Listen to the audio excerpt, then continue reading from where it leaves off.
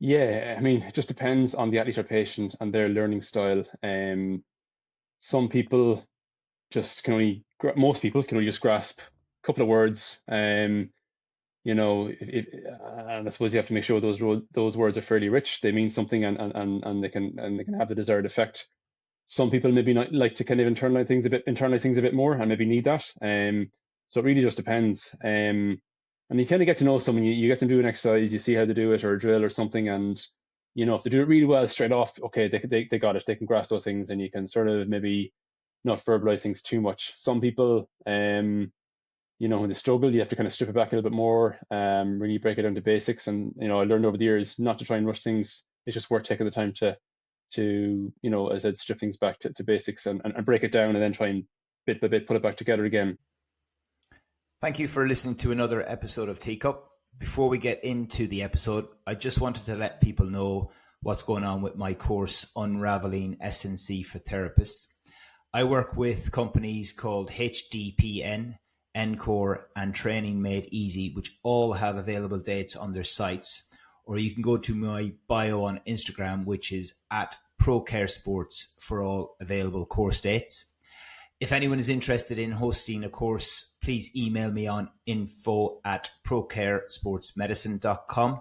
Again, you can DM me on Instagram if you prefer. The course itself is designed for any level of therapist looking to improve their coaching skills, alongside building patient commitment into their rehab programs, intertwining S&C principles as we go along. Finally, I'm also the co-founder of the Unbound project, and this is a really new, exciting project looking to build a community for healthcare professionals to connect, collaborate, and share ideas. This includes webinars and in-person face-to-face events, and more information is available at Unbound Project on Instagram or LinkedIn, or if you email us on hello@unbound-project.com for more details.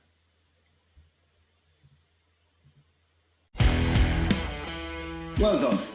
You have finally discovered the most important health podcast you will ever need as a medical professional. The conversations you are about to hear are guaranteed to change your clinical practice and hopefully transform you into a better conversationalist. They could even make you better crack at parties.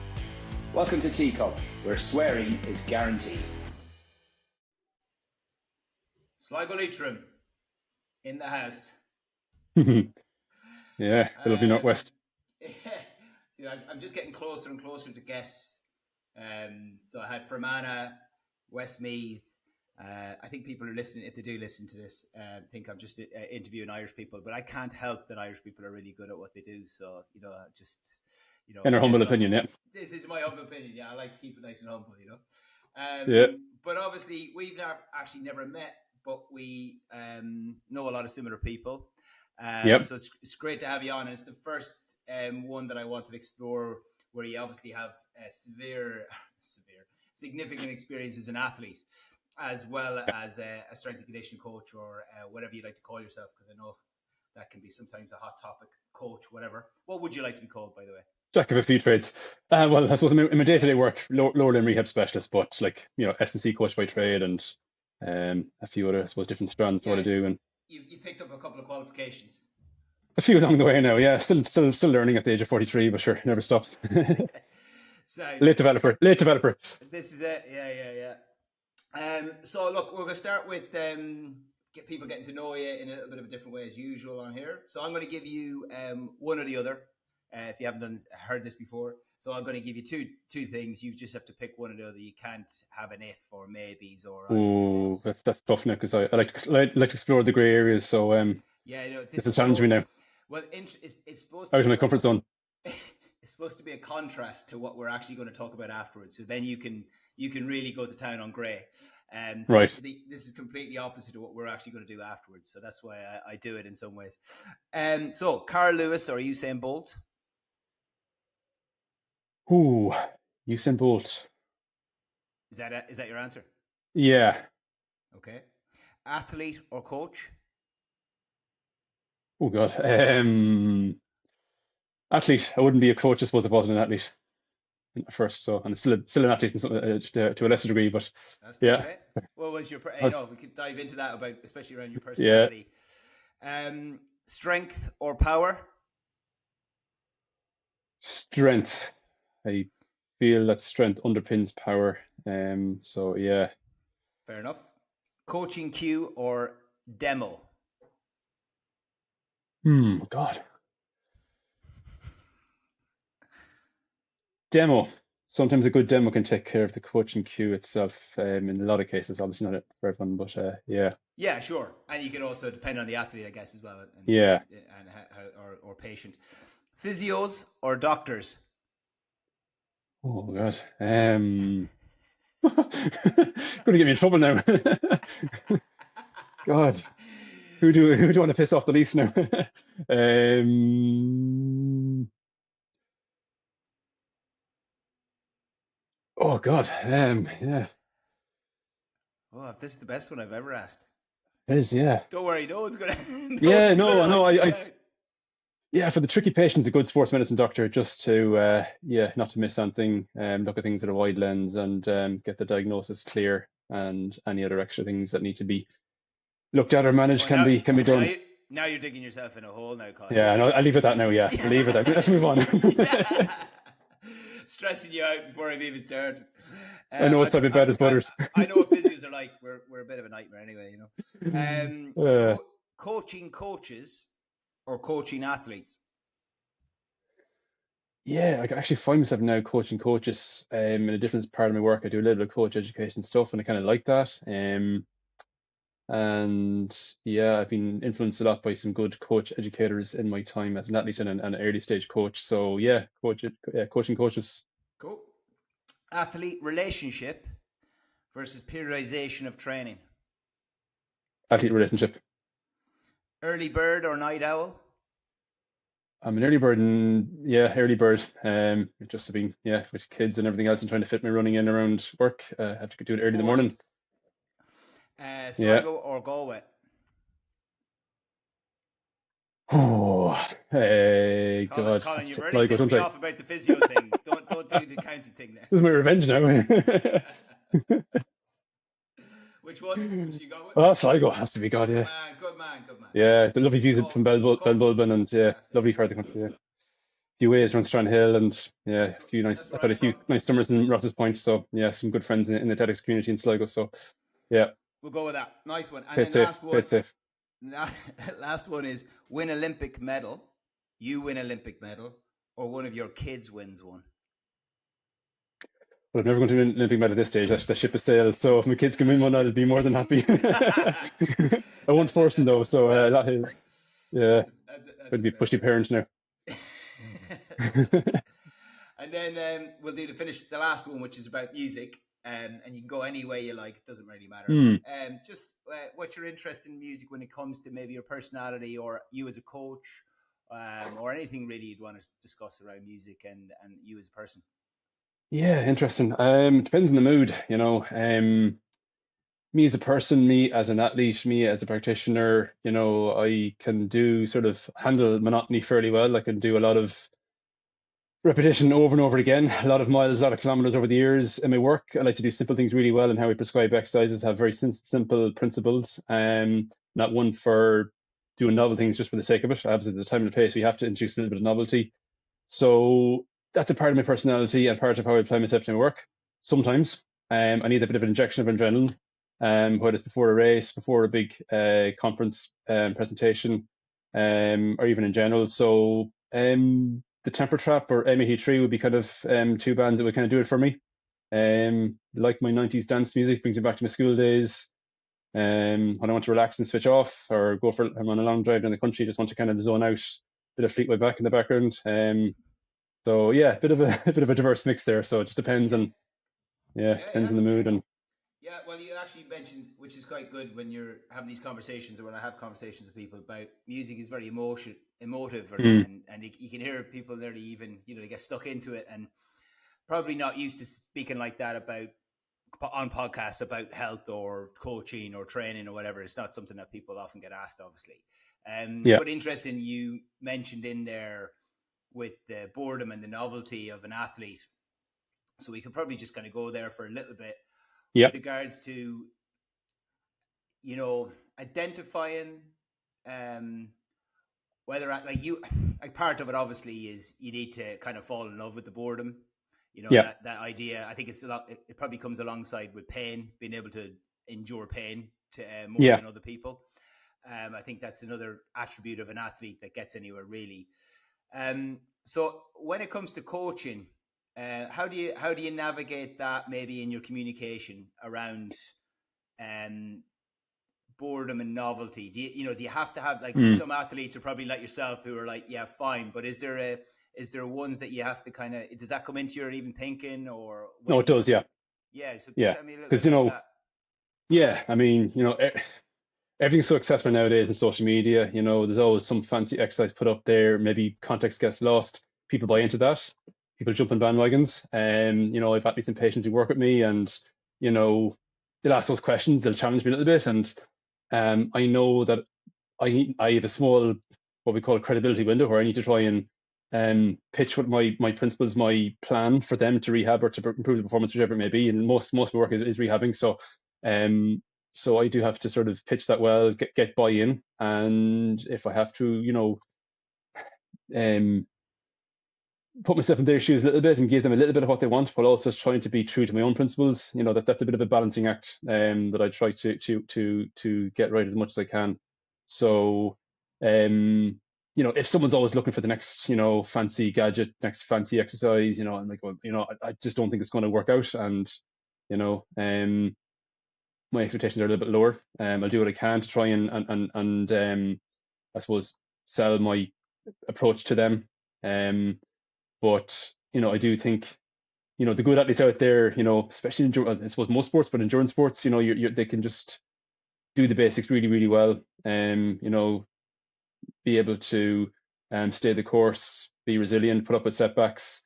I had a lot of that in my career as an endurance athlete, so I could just put myself in that sort of headspace and do it. And even in my working career, like I retired from these sports 11, 12 years ago, started working in the clinic in SSC in Santry, Dublin, within a few months. I've been there ever since, and I kind of built my career up that way.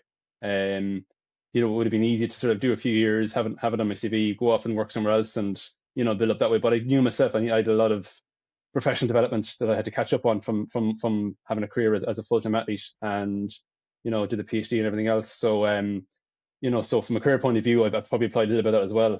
Just stay in the course, keep and focus on the day to day stuff. And yeah, there's times sometimes you just need to look around, have a little bit of a fresh approach. Sometimes it can be too rigid, and that's it. That's my own my own fault if I had to step out of myself and look at it. I can be a little bit too inflexible sometimes, and I have to recognize that when that can become a bit of a challenge. And there are times when I do need to bring a little bit of freshness or novelty into my approach, but I would see it more as kind of small tweaking rather than making radical changes too often.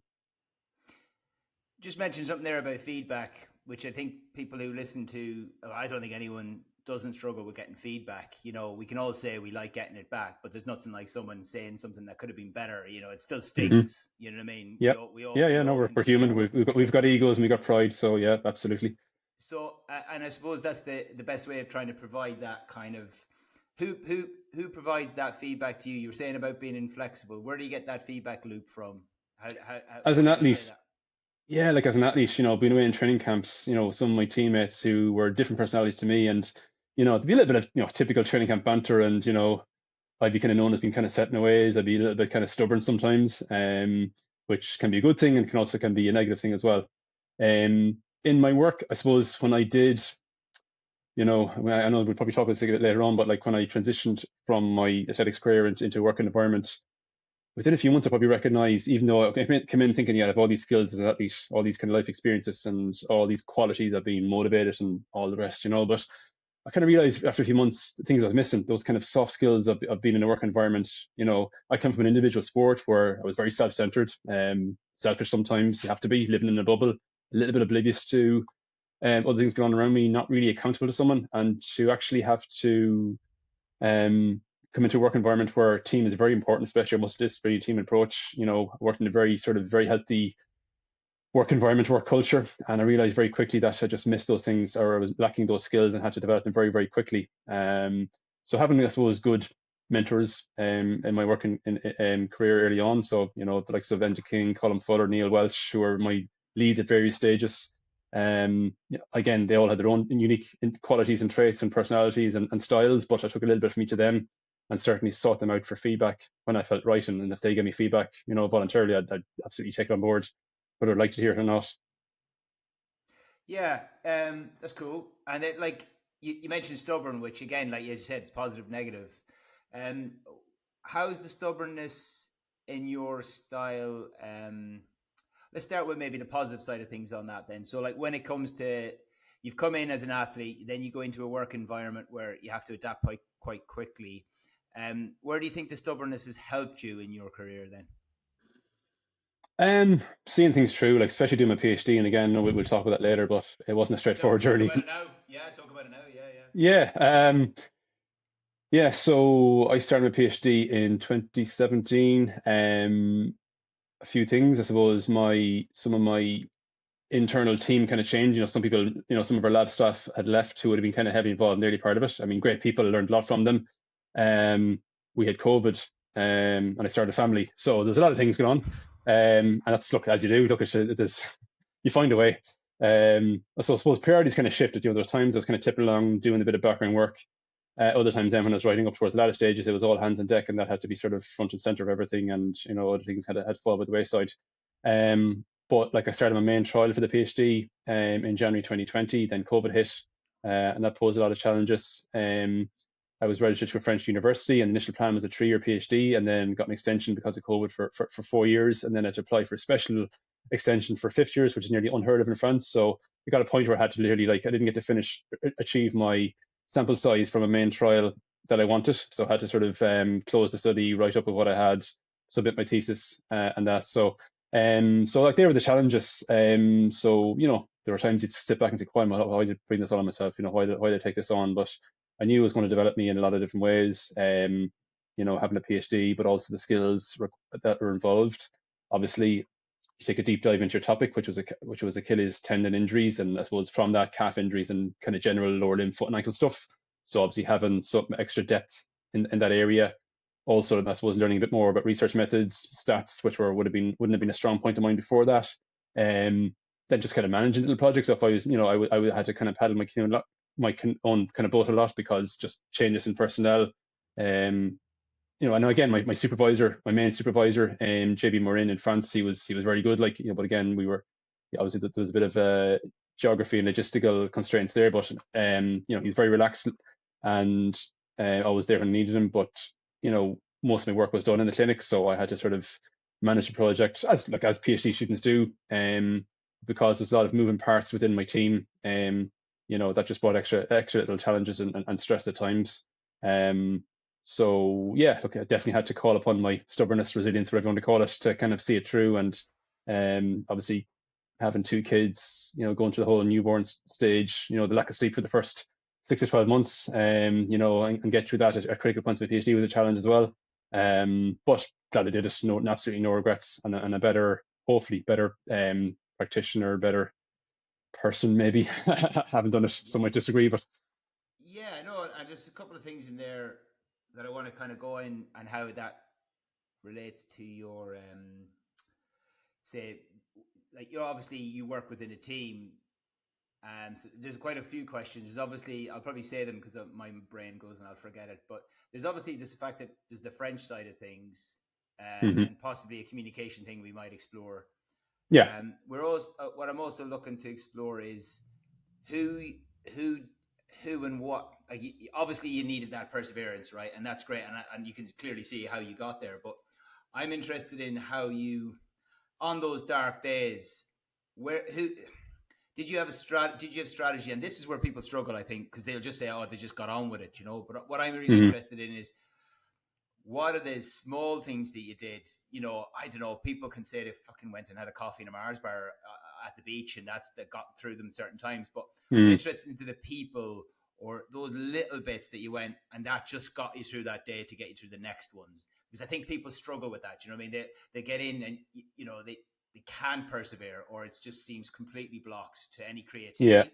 So have you got any kind of, was there any stories or any things there that might have thought, you know what, that person got you out, or someone said it to you? It could have even been your kids, you know? No, I mean, kids bring perspective. And you realize I'm building my career to hopefully be the best parent I can be for them as they get older and stuff, and set a good example. And again, we'll talk about other family influences later on, which but no, I mean, for me, when I stuck on something, I mean, my athletics background, as I said, I run early mornings. That was my kind of headspace, just to kind of, if I was stuck in a problem, trying to figure it out, I'd step away from it, sleep on it, get up the next morning, go for my run, maybe try and figure things out in my head. If I got an idea or a light bulb moment, I'd make sure I write it down when I came home, or else do a voice note, and then I'll be fresh in my head and I'll be able to kind of get some momentum off the back of that. Um, yeah, it's just sometimes having to step back. If you're just stuck on something and you feel like you're hitting a crossroads, just step away. It could be for a few hours, it could be for a few days, it could be for a few weeks. Do something else maybe in the background that might still be productive, and maybe might make life a little bit easier at another stage. So yeah, there's a little bit of a sort of a high-low approach, and there's times when it's productive, I'd go all in and do it. And again, when I was writing up my PhD, I definitely was under pressure, and I was absolutely terrible at with deadlines, because I'd give my supervisor say, okay, I'll have this initial draft submitted by this date, and it wouldn't happen. Like, again, he understood. Like, I mean, he was very flexible and understanding. But I hate the fact that I was actually setting a deadline that I wasn't able to keep myself, or in hindsight didn't keep, and I'm still trying to get papers published. But yeah, it's just trying to recognize that you can't fight every battle all the time. You can't be 100%. You can't give 100% of yourself to everything. Yeah. What did you do? And What did you, on reflection on the deadlines and stuff like that? Did you keep doing that? it became a habit. And you think you do it before, and like, well, look, an extra day is not going to make a difference. So it's easy to fall into that trap, and I hate the fact that I do it, or that I have done it. So again, I'm trying to be a bit more mindful now. If I do set a target or a deadline, that I try and keep it. But look, I mean, the intentions were right. The intentions were there, and I got to a point where I had to submit. I was on close to a final deadline, had to submit, and I got it done. Like, but that was, I just remember December of 2022 and January of 2023. Just burning the midnight oil. Early morning, getting up, writing, doing a day's work, putting the kids to bed, nighttime getting up, and I could be up till 2 o'clock in the morning. Obviously, that's not sustainable, but Yeah. you're on adrenaline. You've got a bit of pressure, and that's good. And sometimes I actually need that just to get things done and be productive. And submitted end of January, was absolutely wiped out for a week afterwards, and then had my 2 month back is in April. I had my PhD defense. Again, got through that. Did a marathon 3 weeks later, as I'd planned. And then definitely once it burned out, but I was fairly wiped after that then, and took a while to recover. How did your and look, you don't have to dig in too deep. It depends on how you feel about this question, but Yeah. obviously during that, like, I can only compare. Like, I did a master's, and I then had 3 kids under 2, and Mm-hmm. sleep deprivation, own my own private practice, working in the NHS. Yeah. I mean, I know people Yeah. are getting the violins out here now, but Yeah. there is a point where you are absolutely exhausted. I have my story, but I'd rather hear your one, which is, in that time, you obviously were still working, weren't you? You were still. I was. Yeah. Yeah. How did you find that affected your work when it came to understanding, empathy, coaching, communication with your athletes, and in rehab, or even in the team? Did you ever reflect on that side of things, or? With patients, Yeah. or with patients, or with colleagues? Both really, depending on which one Mm. jumps out at you most, because it's difficult, because, like, especially when you're on the show, so what did you feel about, like, that? Was that a tough Yeah, one? no, I mean, with colleagues, like, there's a few of us, we are again, we're very lucky that, our employers, SSC, UPMC Sports Surgery Clinic, they have always supported research and support PhD programs. So, I've had others who were kind of, doing PhDs around the same time, and would have completed the PhDs around the same time. So, we were able to bounce up each other, share experiences, encourage each other, and that sort of stuff. That was really good, like, and in fairness, we got a little bit of research time in the work. But, like, obviously, when you're writing up, having a day a week, it doesn't really work. It's fine when you're kind of tipping along in the early stages, but when you're writing up, you kind of have to, you're all in, for a period of time. So from that point of view, yeah, just having supportive colleagues who understood, gave me a bit of flexibility. and encouragement, and we did it to each other, and that was really good, and definitely look back on that fondly. With patients in my work, again, just being conscious of other stresses in their lives. So when someone's got an injury, obviously, it's not just the mechanical stuff. It's not just the tissue capacity stuff. It's not just training load. What's going on in their life? Are they students in college or going through exam time? That's very relevant. Have they got a busy work schedule, busy family life, extra stresses, things bothering them? Again, not very comfortable for me, to have those conversations. I suppose that's something that's a skill I probably acquired over the years, and again, just from working with other colleagues who've been good at that and learned a lot from them, I can definitely have those conversations. And again, not everyone's going to reveal those things, but I do try to encourage people just to, because it does add context to their injury and their journey and where they want to get to. So yeah, having that empathy, recognizing, being able to factor in those extra stresses. Having been through it myself. When it comes to, again, go back to the slight flip of the working within a team. Hopefully, you don't mind these kind of questions, because these are quite reflective, I suppose, on you, and sometimes you have to be kind of slightly critical here. But I think it's positive, and you're clearly at the top of your game and working in a really good environment, like you just said. So I think it's useful to hear people's vulnerabilities when they can reflect in this situation. So the question really is, you mentioned a few times that some of the skills you don't have, or the stubbornness worked as in when you had to persevere and be resilient. So you just changed the word really. But when it came to maybe the way you are within, you mentioned athletes earlier on and your colleagues. What about within a team dynamic? Was there things that were identified, and then how did you approach that, or how did you maybe change that? Yeah, I suppose I kind of recognized that I had to be very different as a colleague and as a team person in my work environment compared to the way I was as an athlete. And it's not like someone took me one side to listen here, you got to change that. No, I'm happy to actually recognize it myself. And it was around that time, like when I was a year into the job, I did a master's. It was coaching and exercise science, so good. There was a very, very interesting coaching module, like, and we had some interesting guest speakers in, and it covered a lot of stuff on self-awareness, emotional intelligence. Again, often buzzwords are thrown around there, but definitely made me reflect. And I look back and say, God, I must have been a nightmare to train with or to be away with sometimes, or after a race or around competition time. So the timing of that was probably very, very opportune, because it definitely, that reflection. And I said, okay, I need to, it just made me a little bit more aware of myself as a colleague, and, to recognize things, look for small areas to improve on bit by bit, seek out feedback whenever I felt it was needed. Take feedback, whether it was positive or negative, whether it was what I wanted to hear or needed to hear. So yeah, I mean, I would say I was probably glad I was able to recognize some of those traits, I suppose, and be able to take some proactive uh, strategies to mold myself a little bit, to remold myself. It's a hard one though, isn't it? Like even Yeah. just like even reflecting on something. I just think it happens by osmosis. Yeah. Communication. We have to keep repeating this on the podcast really over and over again. You just get people when they. If I got you to reflect on how you performed,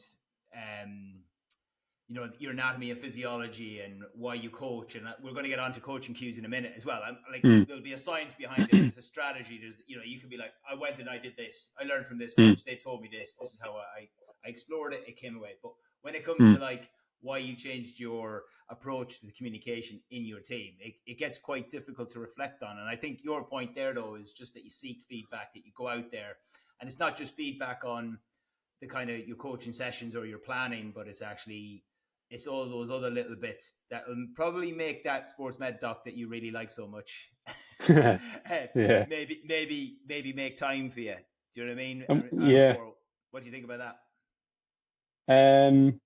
Yeah, no, definitely. I mean, I've worked with some really good sports med doctors over the years who've worked at high level elite sport, and I suppose, yeah, I mean, for me, it just, as I said, allows me to look at things in a bit more breadth and depth, I suppose. And I've definitely learned an awful lot, being able to sit down and look at an MRI scan and be able to have a good conversation with a doctor or a colleague or even a radiologist. Just having that basic conversation knowledge and a basic understanding of things. And the same when it comes to, interpreting blood test results or other investigative procedures and that. So that's been a valuable, definitely valuable environment for me to work in. Cool. Right, we're going to shift a little bit into maybe a bit more of a comfortable area for you. Um, Hmm. so I'm going to talk a little bit because I love coaching cues or the idea of them. Um, and you guys, especially in the strength and conditioning side of things, the athlete performance, being an athlete, and I'm really interested to hear your take on it. Like I've read a lot of stuff around it myself. And talk to me a little bit about coaching cues then, and what's your philosophy around coaching cues? Yeah, I mean, it just depends on the athlete or patient and their learning style. Some people just can only, most people can only just grasp a couple of words. And I suppose you have to make sure those words are fairly rich. They mean something, and they can have the desired effect. Some people maybe not like to kind of internalize things a bit more, and maybe need that. So it really just depends. And you kind of get to know someone. You get them do an exercise, you see how they do it, or a drill or something, and if they do it really well straight off, okay, they got it. They can grasp those things, and you can sort of maybe not verbalize things too much. Some people, when they struggle, you have to kind of strip it back a little bit more, really break it down to basics. And I learned over the years not to try and rush things. It's just worth taking the time to as I said, strip things back to basics, and break it down, and then try and bit by bit put it back together again, in a time frame and sequence that suits the athlete or patient. Um, so yeah, I mean, if I was to rewind back a little bit as an athlete, I say this a lot of time in an interview, like I was a race walker, technical event, like most sports are technical, but I wasn't the most technically gifted athlete. I was probably a slow learner, needed time to kind of process and grasp things. And I suppose I'd say that too about my education and other areas. But yeah, I was always sort of curious about human movement. That's why I suppose I kind of had a big interest in biomechanics, physiology, even, and strength and conditioning principles, and then indeed coaching. So having those few little strands. Um, so I can probably put myself in the shoes of someone trying to make a technical change or trying to master something, knowing that I was that athlete years ago or decades ago who had the same struggle. And I suppose if I knew maybe better equipped back then as I am now, maybe who knows what things could have been. Got off on a tangent here, but No, no, it's a good tangent. It's a good yeah, tangent. and I mean, I suppose there's a bit more like research out there on, external versus internal cues and all that, and maybe using more sort of metaphors to try and get the point across rather than trying to explain things bit by bit. And, but as I said, some people just want the kind of one or two rich words, bang, they got it. Other people might need to know a bit more about the hows and the whys and what must need to work here and that. So sometimes, I think internal cues can be useful. And once they get the right feedback, and that can be, trying to sort of palpate or feel sort of a muscle working or sticking on an EMG, to see if you're getting a bit more activation of that muscle, individually, if that's if it depends what your goal is. Other people is just looking at the whole movement and, can they get it? Let's just take you then as an example because you hopefully you'd be a perfect example of this because you said you're a bit your words look you're an Olympian so you can't be that Hmm. slow so, but I know what you mean probably in relationship to other people us mere Yeah, yeah, mortals yeah.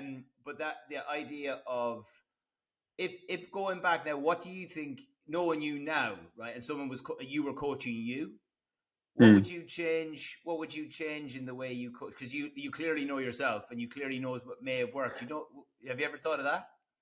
Yeah, and again, just to add a bit of context to this and go back to some of the Yeah. previous conversations, I was self-coached a lot through my career. Okay.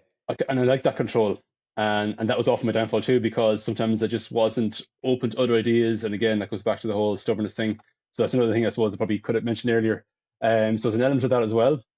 Now, in saying that, I did have coaches who had a big influence on me in different parts of my career. So, and sometimes I just did need a bit more of that objectivity. Maybe tell me, I said, what I needed to hear as opposed to what I wanted to hear, or oftentimes validate what I'm doing.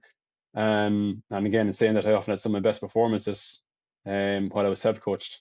So, I like that control. And sometimes I struggle with maybe not having that control when I was coached by someone. And I spent a few years in I suppose, between the two Olympic cycles, I spent a few years coached by an Italian coach who was world class, but didn't have my best performances. I learned a lot, but didn't have my best performances. And I just struggled with that sort of transition of control. Okay. So, going back to the question, um, what would I have done How would you differently? coach you? Yeah, Yeah, like yeah. It's a hard question. shit. Maybe I was uncoachable. Grand. End the podcast. And or Yeah, even using it, the idea of like maybe not. Yeah, that's. I'm proud of my question, but it's kind of yeah, like it's a good. I'm just trying.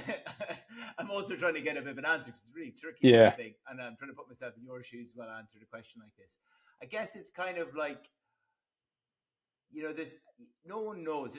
There's no second life, so we don't. You still reached Mm. a really high level of sport, and you can always say you could have done this, you could have done that, and Hmm. maybe things would have gone wrong. As you say, you go to a top level coach, and it just didn't work out. So there could be a whole bunch of psychosocial things there that happened that just performance didn't Yeah. grow in that thing. So I guess it's kind of not in being like can change things that happen, but if someone who maybe had similar traits, like do you ever okay, maybe ask you this way: do you ever recognize athletes that come in or people come in, you're like going, fucking hell, you're a bit like me, or you're a Yeah. bit Oh like yeah. that, and then so Yeah. if that's the case, do you think I've I can help them to a certain degree, or and how do you do Try that? and help. I know. Yeah, try, yeah, No, no, but no, I do. And in fairness, I do. Like, I said, like, that was me, 10, 15, 20 years ago. God, yeah, don't go down that road. Well, no, but there's good and bad. There's positives and negatives. There's upsides and downsides. So, yeah, do you know what? I will, like, I'll be honest, like, and I'll share experiences and say, look, I did this when I was, training for this championship and I got injured or I didn't perform, and I messed up, so yeah, like I will be honest and open and share those experiences. We all like to be kind of perceived this kind of image of ourselves being perfect, but I'm happy. I'm an open book, so I'll have no problem sharing mistakes I made in my time. And I do find that useful, and I do find it's good for making a connection with the athlete or patient. yeah, because you did mention like when we did the quick fire, like athlete relationship, especially around another Irish guy, John Kiley, talks a lot about that in Yeah, his research and stuff, the importance of that. And again, it's the same in therapy, I'm 100% behind the fact that the relationship we develop is going to help with the results a lot more than anything else we do. yeah, Just from the honesty and even those probably those awkward conversations, if someone can understand that you've been through that, and yes, you do need a certain amount of control, and if you don't have that control, the psychology may not be right, so you yeah, sacrifice performance for the lack of control, and how you change that. You don't want to change it too much. It's a bit like what you said about coaching cues. yeah, If you give too many coaching cues, you can go from they're just performing it to then suddenly it looks like shit, and you're yeah, like, because you've added another word or you've added another something, and their brain yeah, just says, no, I can't deal with that. yeah. Do you ever see that happen as well in practice? When you've overcoached them? Oh yeah, yeah. I know. And to be honest, I hope, I like to think that I recognize when I do, and then I just step back, and just reset. So definitely, I mean, I can be guilty of overcoaching as well, and it's just trying to every so often just have a little bit of a challenge on myself. We used to do these little coaching challenges in work where we might try, let's try setting cues for a week, demonstrate without saying anything and see how the patient gets. And then if you have to intervene, you intervene. Or let's try and use some fancy, weird analogy or whatever. I can't remember. But or throw it in somewhere that's relevant, and again, they might remember that analogy and then it actually might help to, help them master something or get that light bulb moment. So little challenges like that. We used to do it as a team, haven't done it much in recent years, but we used to sit down every week or every few weeks and just have these little challenges. And maybe try to count your words, or something like that. So yeah, I think they're useful exercises to do just to reflect a little bit and to just to look at how you do things and see can you change or tweak your approach a little bit. And That's the ultimately, I suppose, that's the funny thing is it just made me think of that. You go through large cycles or mini cycles of doing something, and sometimes things are they're working, and then whatever happens, you change that, and then you carry on with a different cycle of things. Like it happens in rehab all the time. You learn something, and suddenly you go from 6 months ago, geez, I used to do that thing all the time, mm, and now I don't do that thing anymore. And there was nothing wrong with that thing, but yeah, yeah, yeah, you kind of moved it, whether it was a communication strategy or even a coaching cue or stuff. Or I used to set up things in certain ways, or even rehab in certain ways. And I remember I'd even have exercises that I'd prefer to some degree. And you would go into these cycles, and then you start thinking, oh, you know what, I might actually do something different. It just shows you the fact that exercise and what you say still gets you the results, which makes Hmm. me always think, it's not always about the exercise as well. Like sometimes you just need to have that. I suppose what I'm trying to do in a really roundabout way is come back to the idea that sometimes just having a little reflection and going, like you just said there, is maybe just throw in some challenges that just challenge your current status or your Yeah, current cycle. And sometimes it might bring back an old one, and sometimes it'll be actually, oh yeah, that's a new thing I've learned, and that, yeah, and that do you know what I mean? So I think that's a really I good do. idea. Yeah. Just that, And sometimes, we get busy, and weeks become months, and all of a sudden, and you just kind of, yeah, as I said, you're going for the easy option sometimes. You're kind of you're stuck in your ways. You have your sort of routine, and all of a sudden you realize it's actually been a year or two since I've actually looked at this, and time can drift by as well, and you realize you haven't really you've been doing the same thing for a while as well, and maybe just need to freshen things up a little bit, or just tweak a few small things. yeah. But I like that thing done as a team though as well. I think that would be cool Yeah, because it drives that motivation, doesn't it? Like everyone's feeding back from it as well. I yeah, and think. then we come back a week later and say like, how'd you find it? What gives or how'd it go, or gives an example, or so yeah, that was useful. Again, it's not something we've done in a while, but definitely Get it back in, Colin. Get it I back. will absolutely. No, you give me an idea now. Yeah. And the other one was it actually came. I didn't mention at the time when you said about the PhD, and I thought that was a really interesting one. Like that you said, like you had other people doing a PhD. I like me personally, I would have thought that was a really good thing to have. Like there's nothing Yeah, like other people, just even in the pain, just yeah, empathy over the pain to be able to kind of get yeah. you through. Do you think that helped? Like that, that understanding that fucking hell, life's awful at the moment. I don't want to ever Yeah, and see there's it. one or two others who had like who had newborns during the process as well. So we were able to kind of just have a little bit of encouragement and rapport and just bounce ideas, and even little things like it could be certain parts of statistics that I mightn't have much background in and another person might have, or vice versa, and just able to kind of almost fill each other's gaps a little bit. Yeah, I think it's all this little tiny collaborations that you have and those little networks. Mm, Like that. That's my feelings, and it sounds like what you had is that gets you through those times. Like obviously your partner, your wife, or your yeah, parents or whatever, and your mates and stuff like that. But it's those little work ones that you need, just kind yeah, of just on the right day. Like some days, when it's yeah. just like not going in. Yeah, no, just go for coffee, go for a walk down to the local coffee shop, have a little chat, and just shoot the breeze, and yeah, come back and reset. Next thing, I'm really interested because you do diagnostic ultrasound. All right. Yeah, I use ultrasound. I wouldn't kind of formally say it's for diagnostics because there's a few challenges around that. I've only started to explore ultrasound properly in the last 12 months, and so yeah, like I kind of use as part of my screening battery. I kind of look at the same way as doing some strength assessments and other things. So for me, it just kind of helps build a picture. So for tendons, again, just getting a bit of a picture of of tendon health. Maybe just checking for any differentials, so tendinopathy versus peritendinitis, or whether there's potentially plantaris involvement, whether someone's got insertional tendinopathy or more of an enthesopathy, or if there's a retrocalcaneal bursitis, that's part of the mix as well. So, and then again, so some of your calf injuries, particularly your superficial gastrocs, if you got a medial gastroc strain, you can get a good image of it with ultrasound, less so for soleus because it's deeper. So yeah, I mean I do it, and again I use it also for like a bit of biofeedback. So I have a probe fix holder where you just strap on the probe, it kind of fits into it, and it kind of fits over the skin, doesn't move. So if I'm doing calf raises or plyos, whatever, I can look at the muscle fascicle behavior, or look at the measure tendon strain or tendon elongation, and make sure that the exercise is I suppose doing what I'm hoping it's doing. Oh, that's cool. So Yeah, I saw Peter Malarish putting some stuff up on that during. I think it's something similar. He had a little probe and he was getting some feedback into the computer, yeah, which looked quite cool. What I want to ask you about though is how you think. So there's the pros and cons to it mm, in some ways. I obviously want to focus on the pros from the point of view of the communication of doing that kind of stuff for the patients and because obviously not everyone's going to yeah, have access to that. no, What's the positive stuff like that you got and that maybe you didn't even expect to get from a patient thing that you think, what, this is worth this. What kind of little bits do that help the patient or help the communication when it comes to like maybe even the rehab or intensity or injury itself? yeah. There's two ways of looking at it. sometimes reassuring someone that the tendon doesn't look too bad. Yes, it might be sore, but I've seen worse. Um, but like, yeah, that's not the way.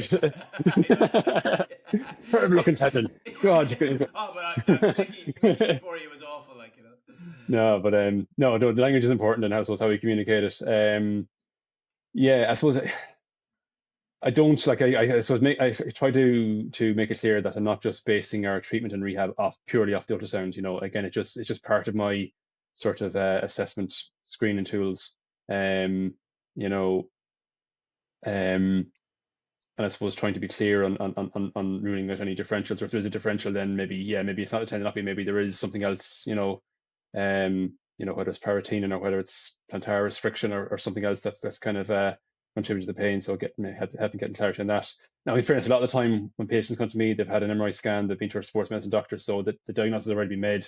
And I'm often using ultrasound more just for tracking longitudinal changes over the course of rehab. But I do get a few walk-ins where I might just, use ultrasound as part of my initial assessment, but not necessarily as a formal diagnosis.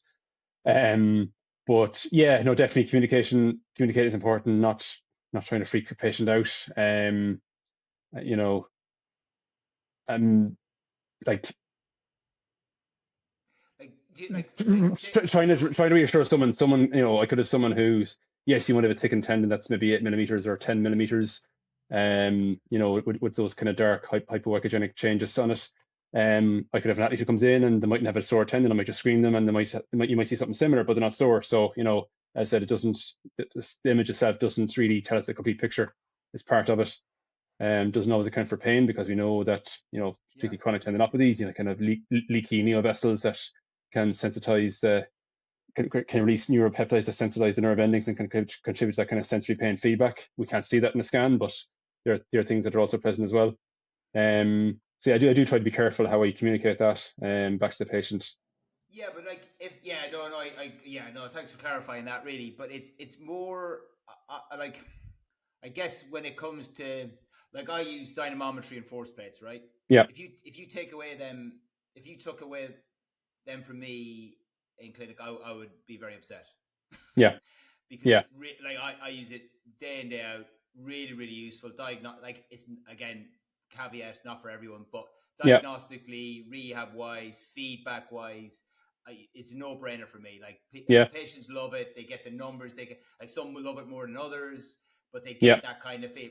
And I just wanted to just wonder, like, now that you've been using it a year, like, and someone took it away from you, where are those ones where you're thinking, oh, this would be really good for these people, like, or communicating to, is there certain patient demographics that you're like, that works really well for them? Have you come up with any patterns in that yet, do you think? Or You be careful with the ones who kind of fit the biopsychosocial model.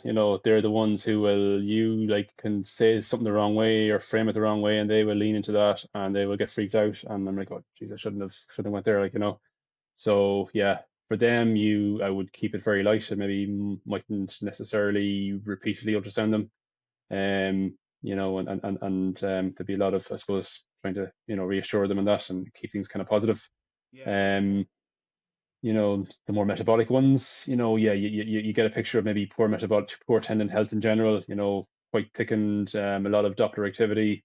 Um, they're going to be slow ones to recover sometimes. Depends. Some can be quicker, some can be slower. Everyone's different. And then the athletic ones, sometimes just really reassuring that there's no kind of partial tear or intrasubstance tear that might kind of cloud the diagnostics a little bit.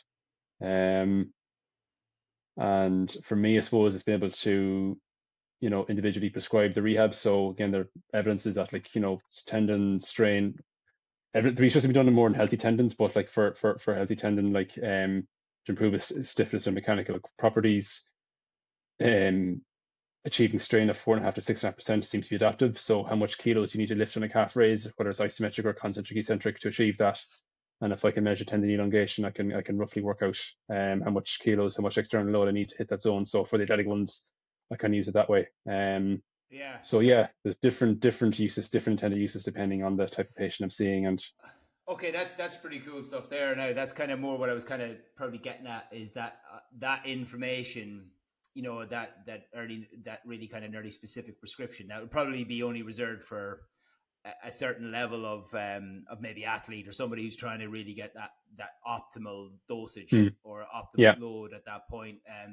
So I guess from that communication side of things, that must be very reassuring for you as well with regards to prescribing your dose, I guess. yeah, yeah. I mean, look, can I live without it? Absolutely, but it's definitely taken away, I suppose, a blind spot in my rehab, and allows me to prescribe a bit more precision. Um, Where did so you get the training for the probes and stuff to be able to see? Like, so have you? So it's attached to the back of the Achilles, and then that reads up on the screen as they're doing the Achilles tendon rise. Is that right? yeah, there's a company called Usono. It's a Dutch company. They've designed these kind of custom probe fix holders, so they can make the little adapter suited to different probe types. So, for example, I have a V-Scan Air. It's a wireless probe, and you hook it up to your iPad or tablet, whatever. I use an Yeah. iPad, and I strap it. Usually, it can be difficult to strap it just purely on the free tendon. So I often strap it on the medial gastroc MTJ if I'm trying to look at tendon elongation, because that Okay. displacement of the MTJ it gives you a measure of tendon elongation. So, for example, if someone has a 20 Okay. centimeter tendon length and I get 1 centimeter of elongation, that's 5% strain. Um, so Okay. the elongation divided by their resting length is strain, percentage strain. And again, you have to account for a little bit of movement of the heel. That can be another, half a centimeter or centimeter. So, um, so once if I know they're getting, 5% strain approximately from the medial gastric MTJ, kind of moving upwards, pulling the tendon that way, there's going to be a little bit of movement of the heel. But I know that if they're getting 5% strain there, that they're in that sort of 4.5 to 6.5% zone, a small margin of error that's going to adapt it. Okay. Yeah. Cool. So then when you load it up, then again, and you're measuring it 6 weeks down the line. Yeah. So, for example, if someone's getting maybe, if that person with a 20 centimeter length of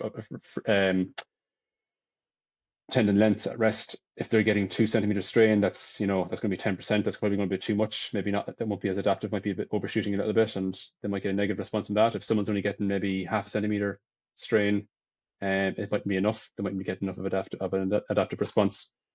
So yeah, it Yeah. does allow me to be a bit more accurate with it. Yeah. No. Um, So yeah. No. Again, not for everyone. Some people just need the basics, but for those kind of athletes who are a bit more at stake and maybe can benefit from that bit of extra layer of detail and precision, it definitely works well. Yeah, definitely. Yeah, and especially one that I guess if you guys get in complex ones that are not going like they have gone through Yeah, a they've come and seen your physios who are doing a great job and they're doing traditional stuff that normally will get somebody through, and then there's just some people are just not responding for whatever reason, and you're just trying to explore every mechanical aspect of that. Pain is complex, as we both know, but hmm it's not. It's I suppose when it comes down to you guys, and it's why it's a center of excellence for sports. So you're kind of looking at that kind of those details probably matter a lot more in that at that point. I would have yeah. thought. And then also then I suppose look and see like with a tendinopathy, we typically see, and the research has kind of shown that in recent years, that the lateral gastroc tends to suffer a little bit more. So the subtendon fascicles from the lateral gastroc tends to lose more tension compared to the other subtendon fascicles from the medial gastric and soleus, and then the lateral gastric then will atrophy a lot more, and get a reduction in neural drive. And I often see it clinically, like people come in and just get to stand and do like double leg calf raise. You'll see a good bit of loss in the lateral gastric on the injured side compared to the uninjured side. Not everybody, but for a vast majority of patients, they will see that. So I might measure muscle thickness, maybe muscle fascicle length, compare with the uninjured side, and then use that as a bit of a target to try and try and direct my rehab towards achieving that. Yeah, so would that be just angle changes as well, and then measuring whether that's actually recruiting more at that point, Yeah, or so if I'm trying to get some hypertrophy to the lateral gastroc individually, doing calf raises with the foot turned in to try and bias the lateral gastroc.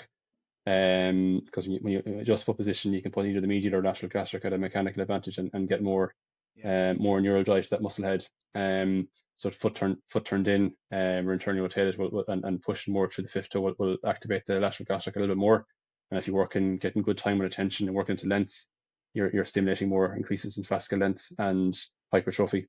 So just making sure that I have some way of quantifying those kind of changes. An example today, actually, a patient who had a very atrophied lateral gastroc, and he had something like 9.5 millimeters of thickness on his injured side compared to 14.5 on his uninjured side. So that's a decent deficit. yeah, wow, yeah. If And you look at him, what just on the eye test? What was that like Even You couldn't see his lateral gastroc on his injured side. It was flat, like, you can see a yeah, decent medial yeah, gastroc, but not the lateral. So, and again, to me, that upsets the balance. If one of those three muscles aren't functioning properly or have a loss of change in architecture, that's going to upset I suppose, the balance of loading on the tendon. And, a healthy tendon should have a good sort of sliding between the different layers. And when you have a tendinopathy, that sliding kind of reduces because you got more adhesions and more disruption of the collagen fibers. And all the stress is going to be kind of concentrated in one region of the tendon over and over again. So yeah, it's trying to restore that sort of healthy sliding and I suppose the balance or distribution of loading throughout the tendon. Have you found any, just bring it back to cues maybe, so Hmm. knowing that, have you got any good particular cues, internal or external cues for hitting the lateral gastrocs or Yeah, position? foot turned in and pushing through fifth toe or baby toe. Simple enough. Yeah. Um, Would that lights up on your yeah, and page? then when if I'm sticking on the EMG, like you'll see bigger activity on that. So sometimes I have to kind of really adjust the foot position to get that extra EMG activity. So that feedback can be important. But making sure the patient feels it as well, where they should be feeling it. Um, yeah, and then oftentimes then like my staple would be like doing either like a normal sort of calf raise with the foot neutral, whether it's concentric, eccentric, or isometric. But foot position is important because most people's habit is just to have the feet turned out a little bit. And that's going to maybe overdevelop the medial gastric a little bit more and maybe neglect the lateral gastric. So again, foot position neutral and pushed a bit more through the big toe.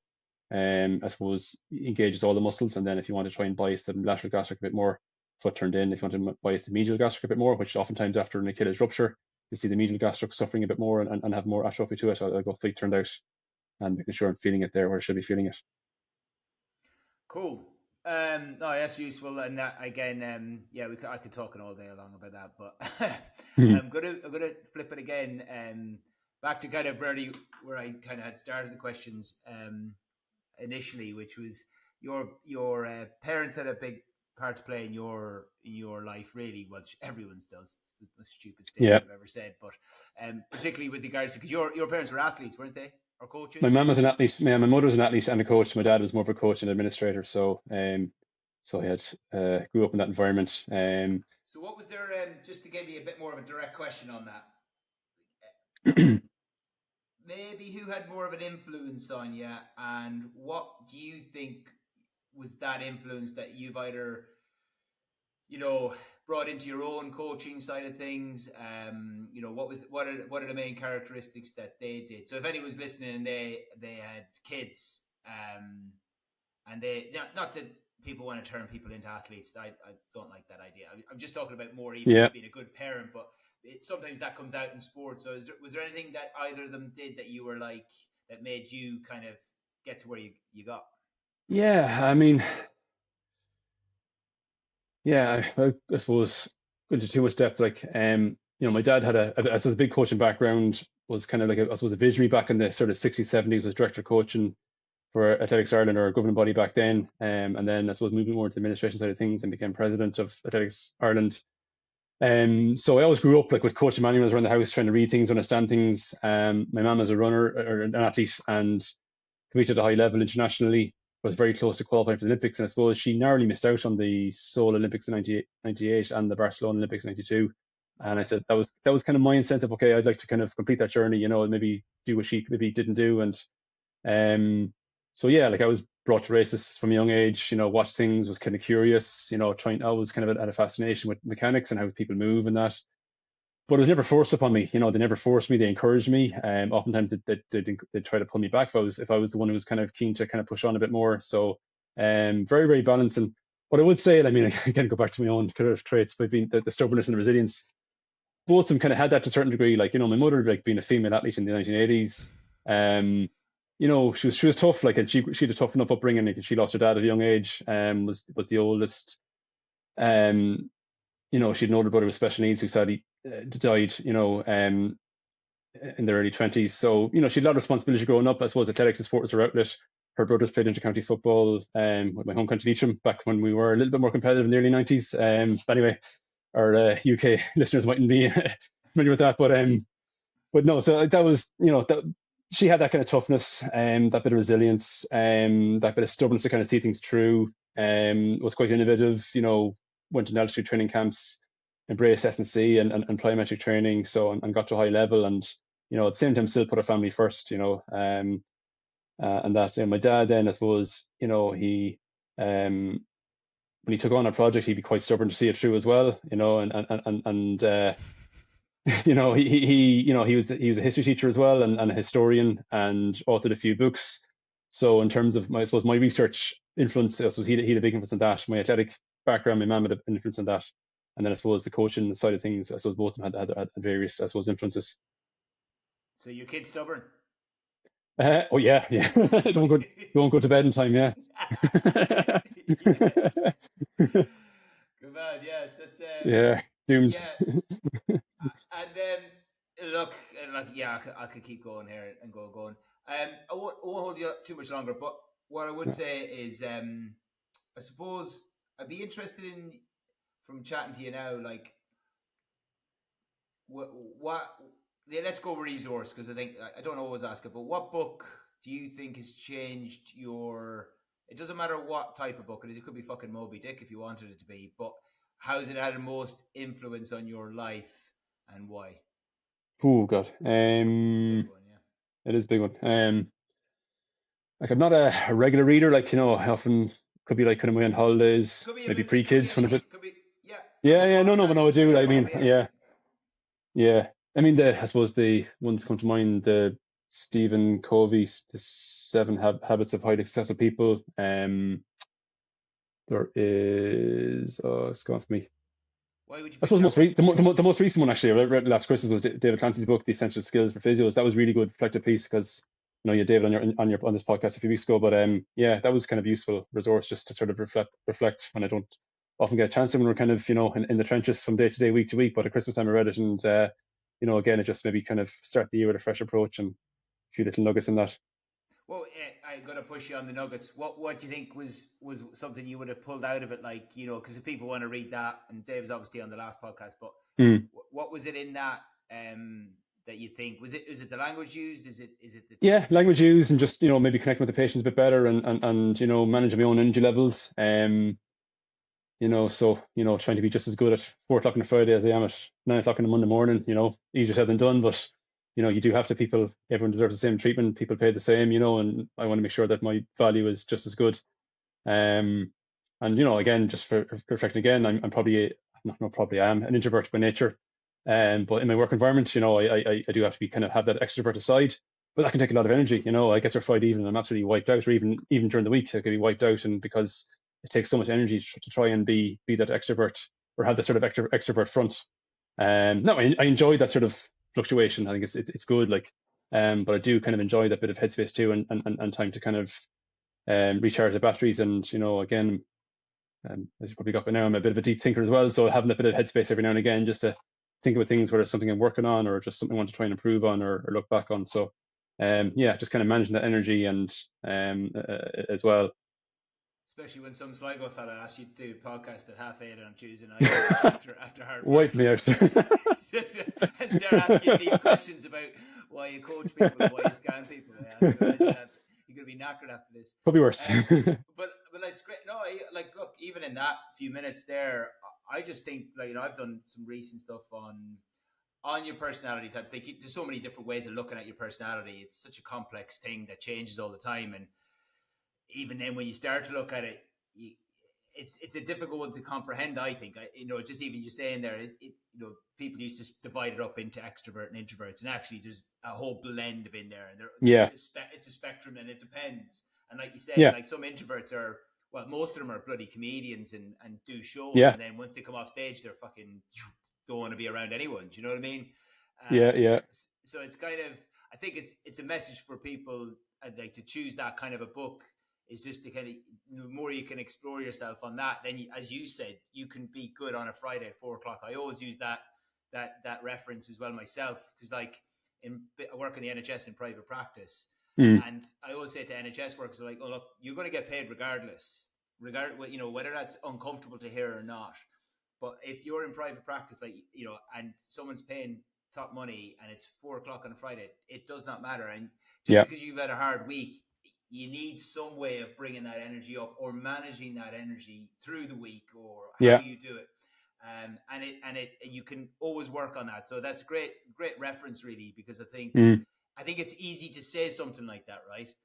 Yeah. And for somebody who's done what you've done in your entire life and been quite successful very successful in sport and in your career, still needing to do that and still needing to tap in and go, yeah, like I need to have a word with myself here. Like this is hard work still. Do you know what I mean? I think it's useful to know if I heard this 20 years ago, I'd be like, oh, right. I just think it's all about anatomy and finding out about pathology, and then I'll be grand. You know what I mean? And you got to watch yourself, especially when you're dealing with people day in, day out. Absorbing and stuff. So no, that's a cool recommendation. I'm sure Dave will be buzzing with hearing that. And then the last question, just to finish, because it's just a bit of fun. Bar family and friends, what do you enjoy the most? Going to a nice cafe, having a flat white, reading something, bit of music in the background, switching off, or having a bit of time to myself, or if I'm on holidays, I suppose different now with kids, but having a cold beer on the beach and a nice sort of sunset. It doesn't happen too often, but there are moments I kind of value. Yeah, it gets like that, isn't it? I think someone said to me few and far between. Yeah, someone said to me, he's a patient, and he goes, it was when my kids were born, and he says, there'll be a day when you'll just be sitting at the table in your kitchen and there'll be no sound, and there'll be a bacon sandwich and a cup of tea in front of you, and you'll think it's the best thing that's ever happened. I was like, going, really? And he's like, going, just hang on a couple of years. And a couple of years later, I was just like bedraggled, just sitting on the side of this, eating the sandwich. I went, oh my God, he was right. Yeah. Sometimes you got to just take it. Yeah, exactly. Well, listen, Colin, it's been brilliant chatting to you, pal, and I appreciate it. Thanks, Andrew. To have a fellow Connacht man on there, and well, I'm sure we'll catch up. We're doing some really good stuff. I think is Dave's doing something in Dublin this month, isn't he? Has he got something? Yeah, he's got his conference on or symposium on. Yeah, at the end of October. I think it's a Tuesday. It's the Tuesday after the bank holiday weekend. So he's got a great lineup. So some great stuff, especially with people the way they're thinking and coming out of Ireland and England now. So hopefully, we'll cross paths again and keep building this. So thanks again. Thanks, Andrew. Thanks for listening to TCUP. If you liked it, tell all your friends. If you didn't, well, maybe you'll like the next one. Go to procareeducation.com or Procare Education on Instagram for more information on courses and the Bamboo Project. And remember, always be sound and not a dickhead.